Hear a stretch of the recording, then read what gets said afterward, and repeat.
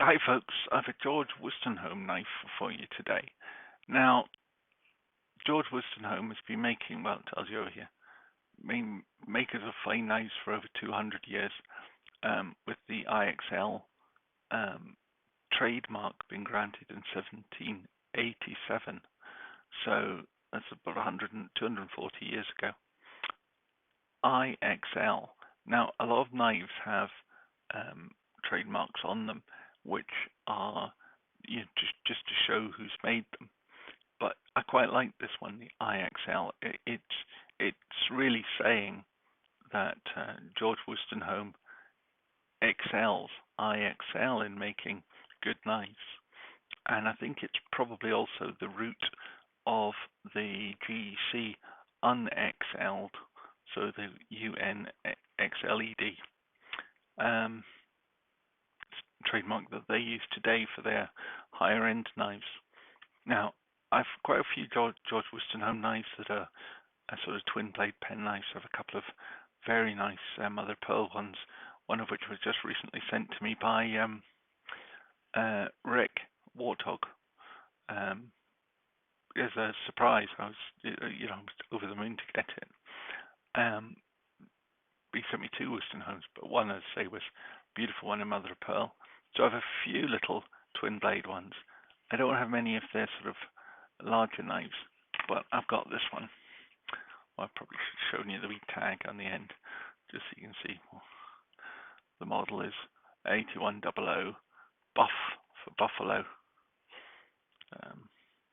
Sheffield Wostenholm pruning buffalo. Now, that's giving the game away.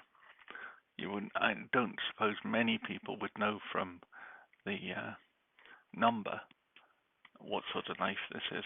But now this is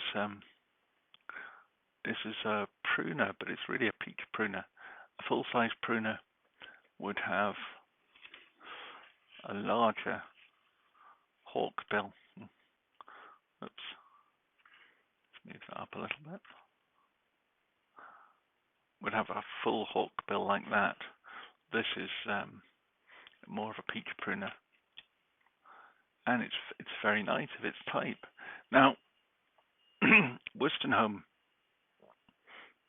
actually, as a factory, closed a long time ago, and the name was bought by the Iverson Group, whose trademark is two sharps, the two sort of hashtags, but they're the sharps from music, so double sharp is their trademark.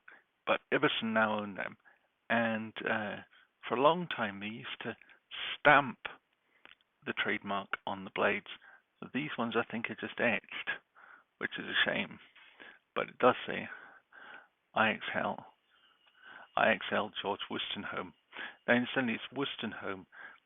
It's often pronounced as Wostenholm, but there's only one L in it, and the L is silent, so it's Wostenholm.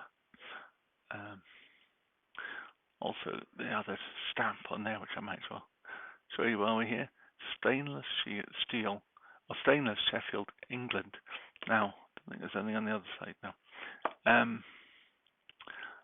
That's interesting because this was sold to me as a carbon steel knife, but actually I'm quite pleased it's stainless steel, because if you do use it as a fruit knife, it will keep its polish a lot better than a carbon steel blade.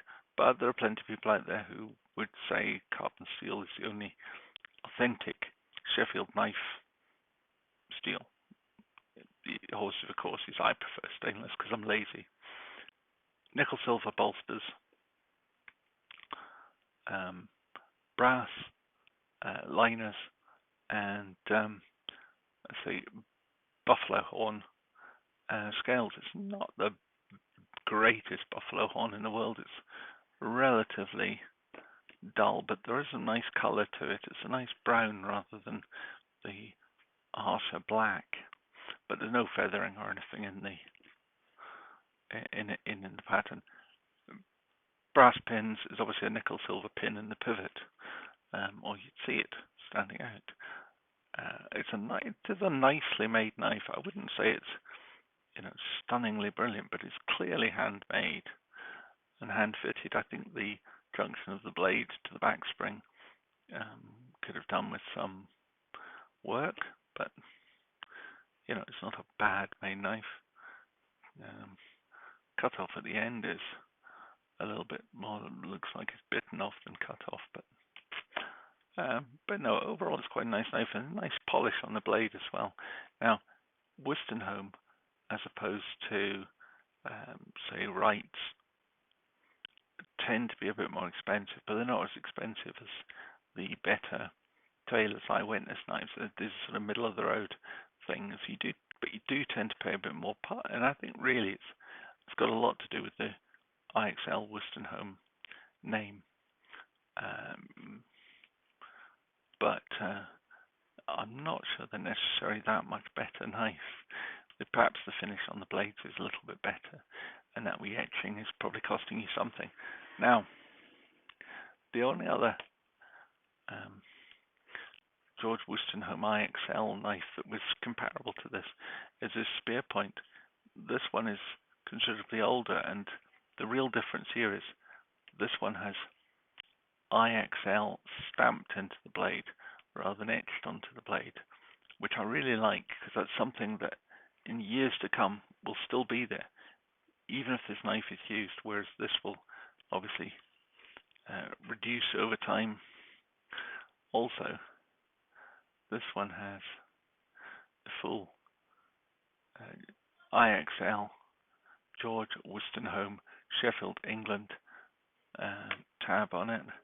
And on the other side, and this is this ongoing thing, oil the joints. Now this is a one-bladed knife with only one joint, but it still says oil the joints. And traditional Sheffield knives always have joints in the plural. That's why when the Lanny's clip, I think it was, from Jack Wolf's knife said oil the joint, I wondered if it was a drug reference. It shows me it definitely isn't, but I just thought it was odd that he had it in the singular rather than the plural. But there we are. He says it's because it's a single blade knife. But there you are. Single blade knives. Still oil the joints, plural. So anyway, there we are. This is a nice knife. It's got a good action.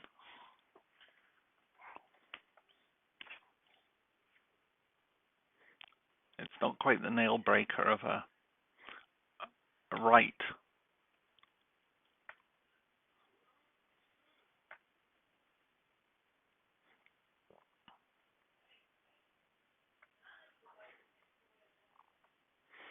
It's on a cam tang, no half stop.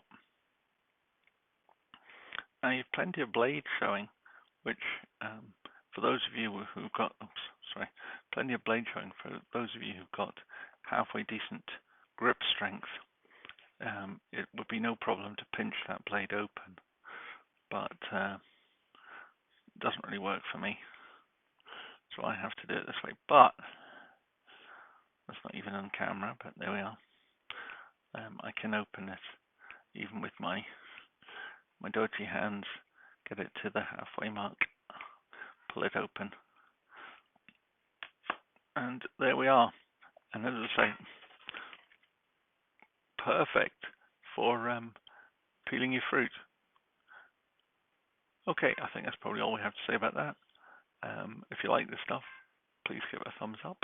And if you want to see more of this stuff, please subscribe and remember to ring the notifications bell. Thank you very much. Bye.